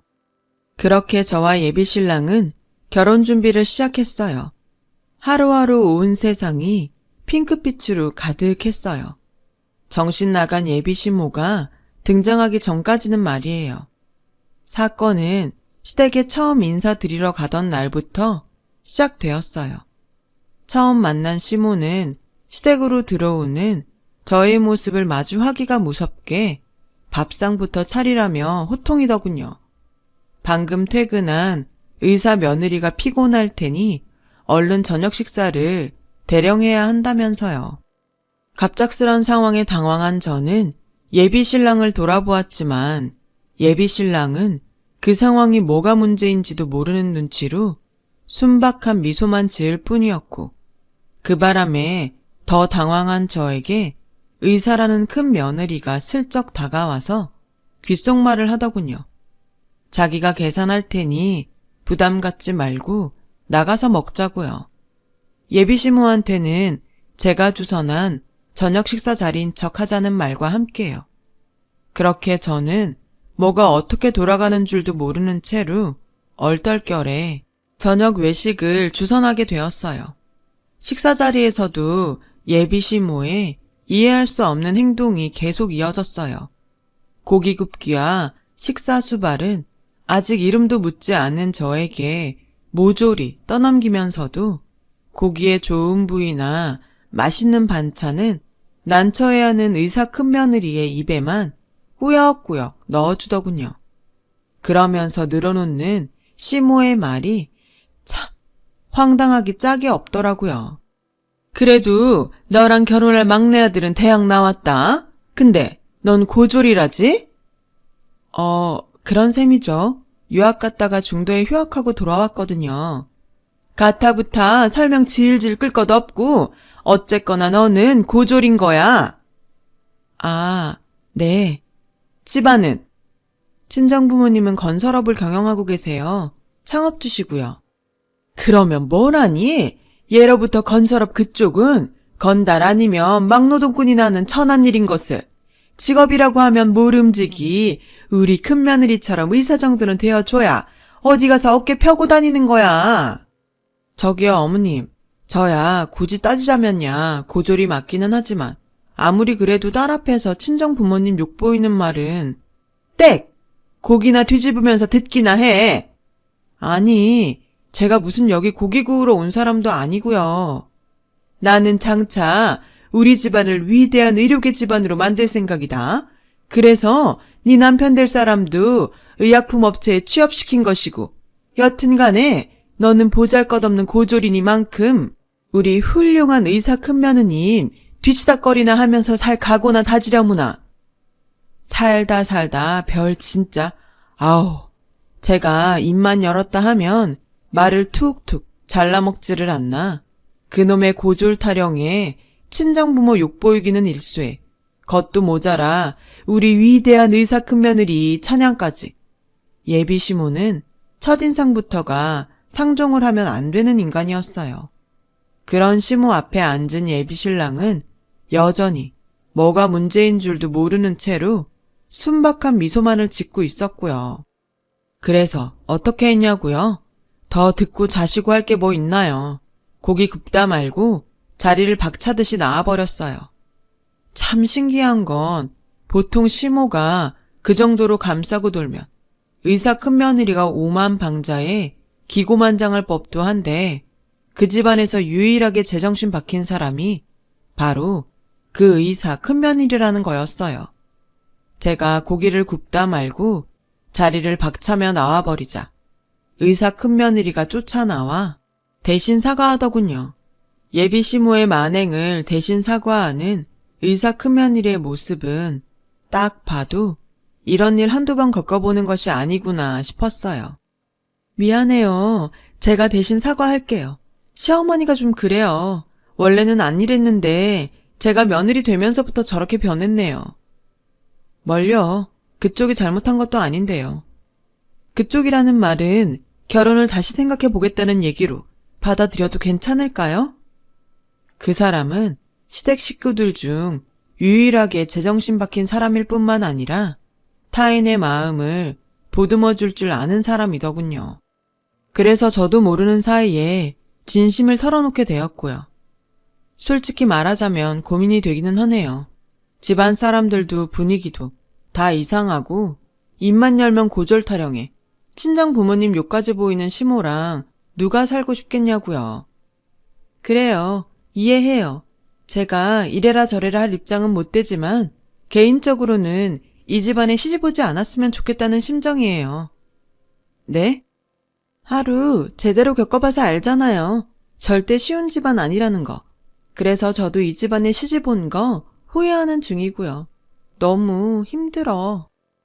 큰 의사 며느리가 털어놓은 뜻밖의 진심에 저는 어리벙벙할 뿐이었어요. 이 기괴한 집안과 제정신이 맞는 건지 의심스러운 시모.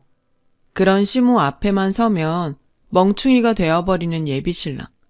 그리고 세상 포근한 기운과 상처받은 느낌을 물씬 풍기는 의사 큰며느리.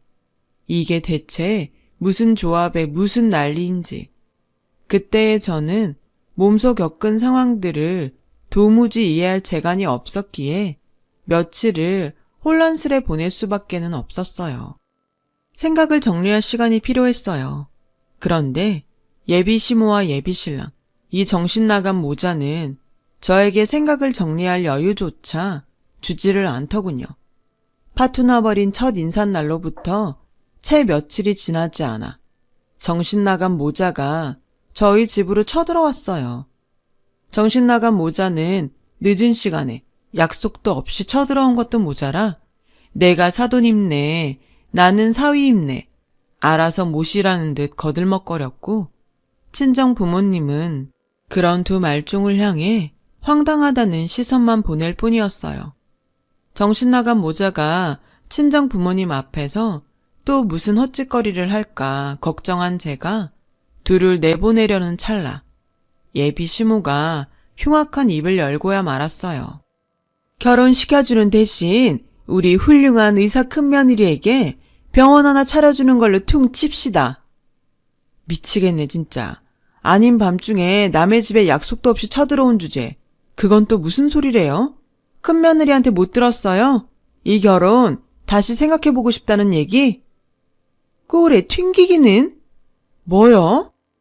아닌 말로다가 파혼을 놓아도 훌륭한 의사 큰며느리 있는 집안에서 놓아야지.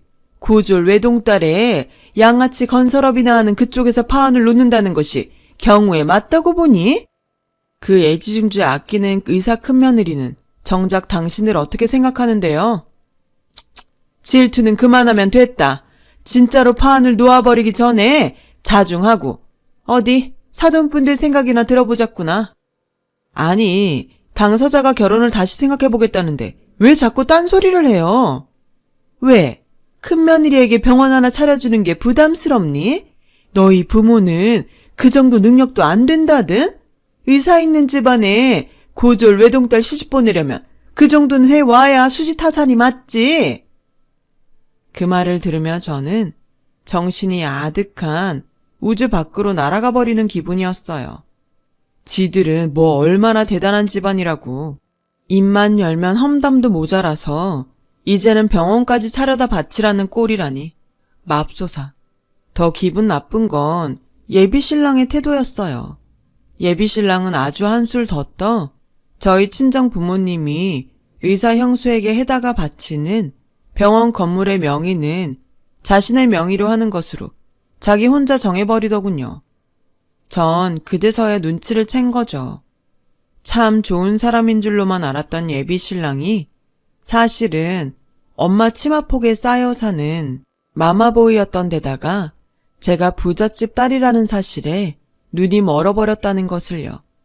눈치를 챈 저는 일단 하찮은 예비신랑은 가만히 있으라는 한마디로 구석에 찌그러뜨려 놓고는 다시 예비시모에게 맞섰어요. 웃기고 있다 정말. 저기요. 그러는 그쪽 집안은 얼마나 잘 사는데요. 그래, 인정하마. 우리 집안 당장은 별 볼 일이 없다만 근데 우리는 의사 며느리 있다. 그러시던가 그럼. 나 말고 잘난 둘째 의사 며느리 데려다가 원하는 의료계 집안 만들면 되겠네. 당신 같은 시모한테 시집올 의사 며느리가 세상에 둘씩이나 될지는 모르겠지만. 너 그렇게 자꾸 끼어들다 크게 혼나는 수가 있어요. 내가 할 말이지. 그따구로 개념 없이 행동하다가 인생 시궁창으로 떨어지는 수가 있어. 그리고 차라리 잘 됐네. 당신네 같은 집안에 시집 가서 고생하기 전에 이런 식이라는 걸 미리 알게 되어서 이런 걸 조상이 도왔다고 하는 건가? 그래서 진짜 파혼이라도 하겠다는 거니 지금? 와우, 놀라워라. 한국말 잘 알아듣네. 영 멍충이는 아닌 모양이야. 알았으면 나가요. 그러자 예비시모는 이래서 노가다나 뛰는 건달 것들이랑은 상종을 하지 말아야 한다며 폭언을 퍼붓기 시작했어요. 그때 구석에 찌그러져 있던 예비신랑의 한마디가 가관이었어요. 아이씨, 결혼 안 할 거면 연애하는 동안 내가 쓴 돈이나 돌려주던가. 하, 누가 들으면 뭐 대단한 거금이라도 쓴 줄 알겠네. 먹고 떨어져라. 저는 가지고 있던 지폐다발을 정신나간 모자의 얼굴에 집어던지며 쫓아냈어요. 그 와중에도 주섬주섬 돈을 챙겨가는 정신나간 모자의 꼬라지가 너무도 가짜났고 정말 조상님께 진정 감사하는 마음도 들었어요. 해서는 안 되는 결혼이라는 것을 미리 점지해 주셨으니까요. 결국 파혼을 맞이한 저는 며칠 여행을 다니며 마음을 추스렀어요. 저와 똑같은 상처를 받은 친정 부모님과 함께요.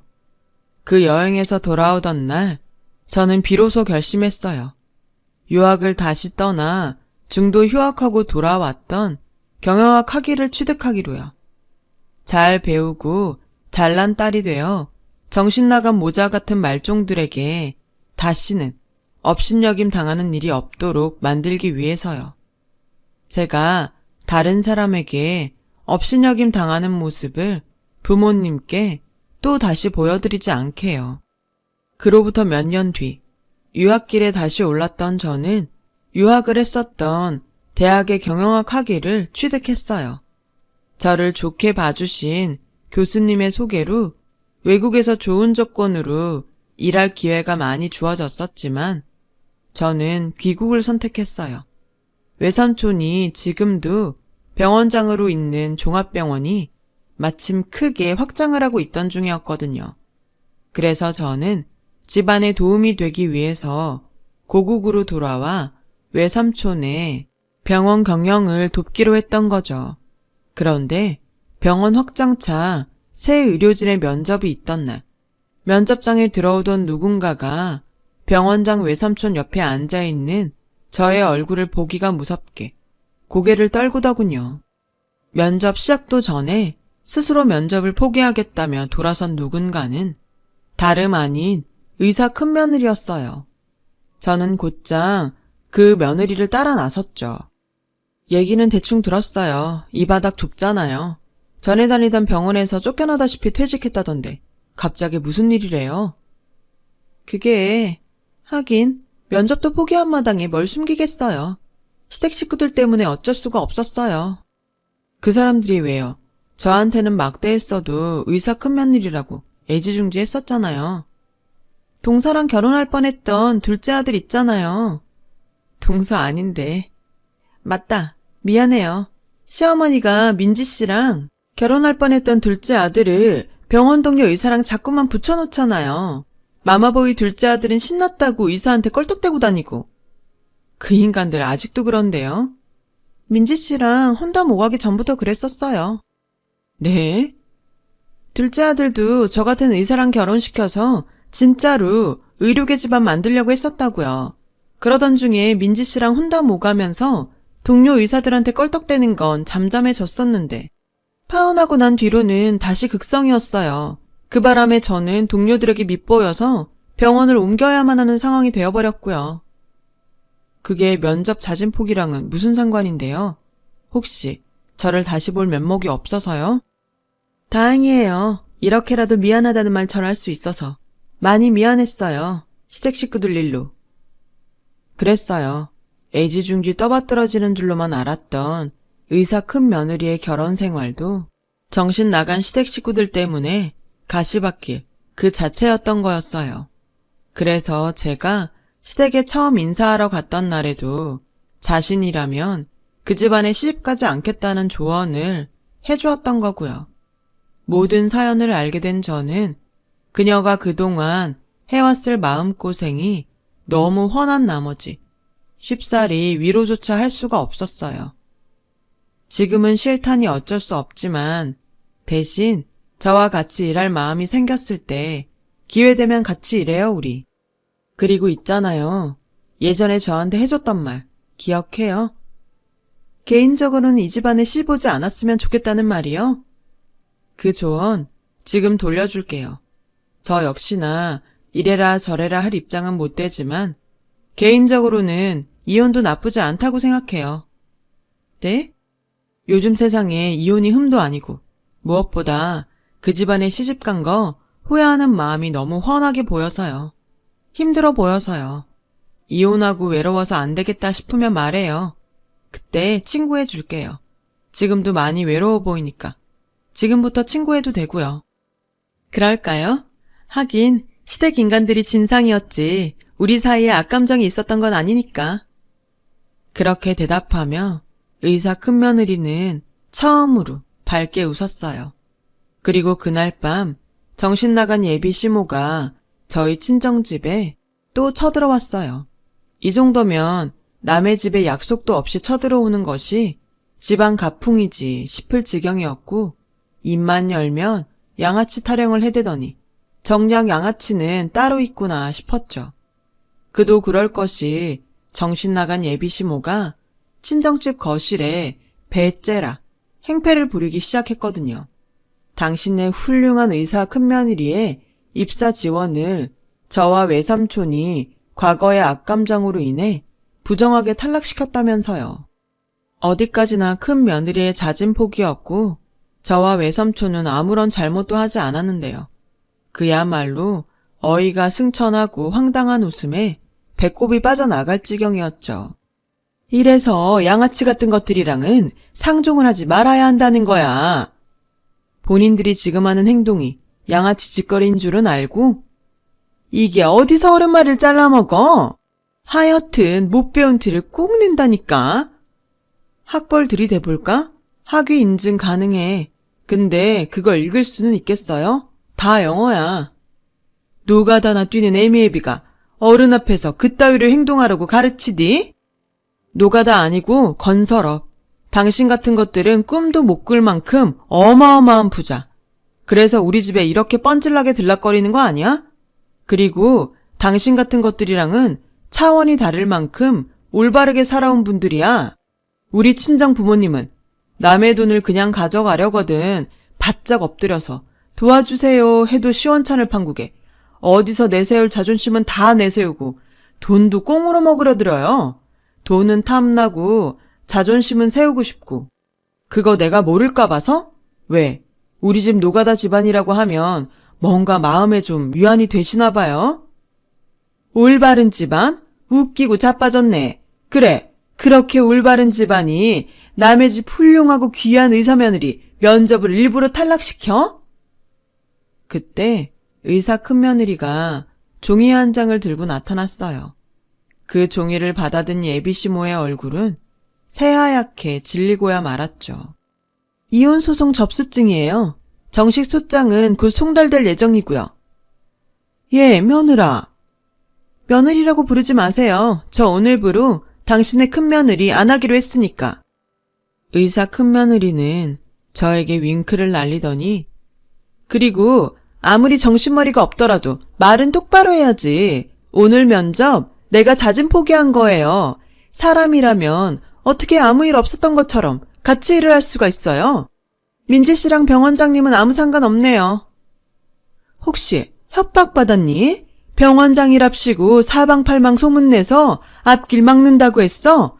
내 이놈의 양아치 집안을 두고 봐라. 국민신문고에 내가 고소고발을 아주.